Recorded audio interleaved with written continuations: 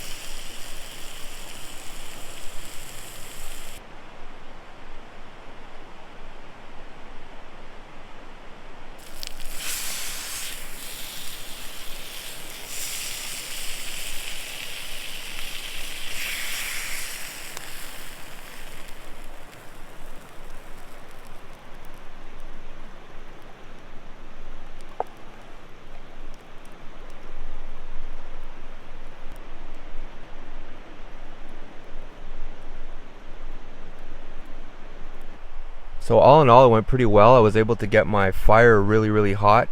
The stone wasn't too thick, so I had no issues cooking my steak on it. Yeah, I'm really happy with the end result.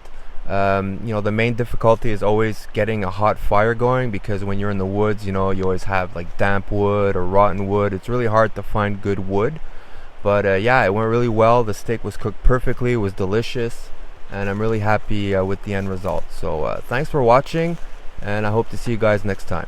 Alright, bye bye.